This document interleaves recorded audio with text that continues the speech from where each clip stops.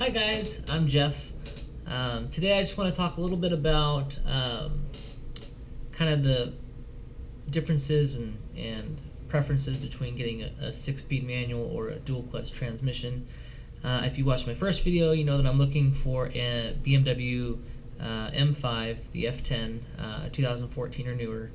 And it comes in both. It comes in a 6-speed manual or a DCT or dual clutch, double clutch transmission. So the reasons why I prefer the dual clutch over manual. Now again, I am a car enthusiast, and you would think that most car enthusiasts are looking for a manual to drive because they prefer the purest kind of connection with a car. Again, I have a manual right now. I've got a 2014 Toyota Corolla. I know how to drive stick. It's not like I don't know how to drive it. However, I do feel that I've kind of grown away from the have to have a manual mentality. In high school I drove a stick. That's what I learned to drive on, and ever since then, I've really just been so gung-ho about getting a manual. I've always wanted to get another manual car.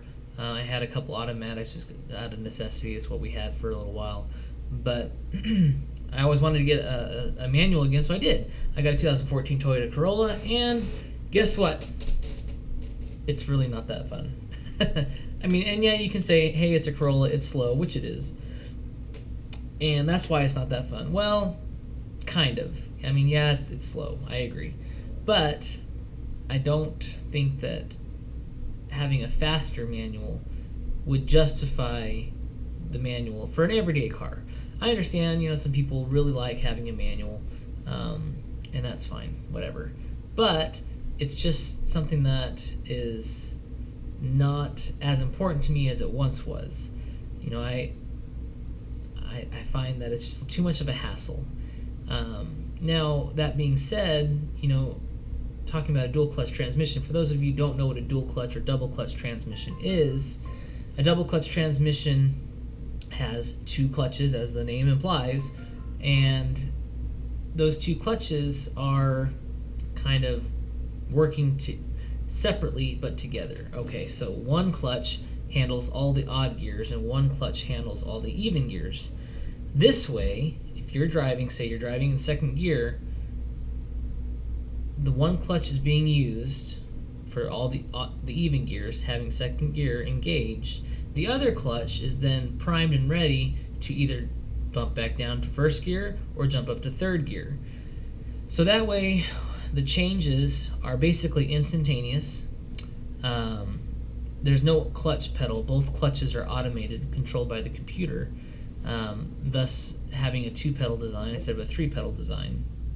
And the shifts are usually lightning fast and not jerky. For anyone that's driven a single clutch automated manual, such as BMW's SMGs back in the E46 M3, the E60 M5, it's not herky-jerky like that. I've driven an E60 M5. It was about 10 years ago, and it was fun. Obviously, it was obviously it's an M5, but it's not smooth. Okay, so the shifts are a little bit jerky, sometimes violent.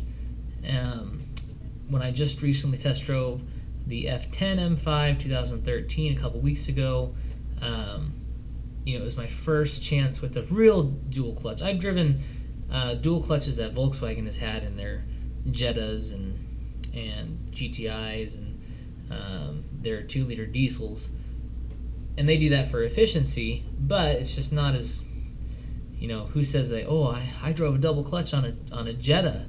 It's not a very fast car. But the M5 is a completely different animal.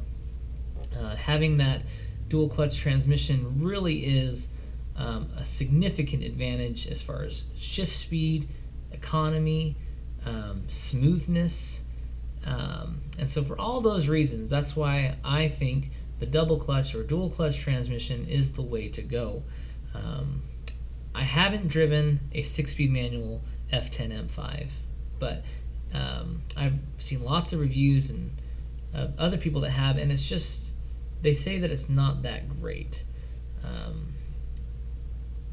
The power delivery is not as ferocious as the double clutch, and obviously the shifts are not as fast. I mean, nobody in this world can shift as fast as one of those dual clutch transmissions. It's just instantaneous. Well, I hope you enjoyed this video. If you have any questions, feel free to leave them in the comments section, and I should be hopefully uploading some reviews very soon. There's a 2016 Camaro 2SS that I've got lined up to do a review on. So I'll also probably do a review on my 2014 Corolla. I've had it for 2 years, and I can do a good review on that. It's been a good car. Definitely is reliable and not super fun to drive, but it's got a lot of good stuff on it. So hope you enjoyed this. I'll talk to you later. Thanks. Bye.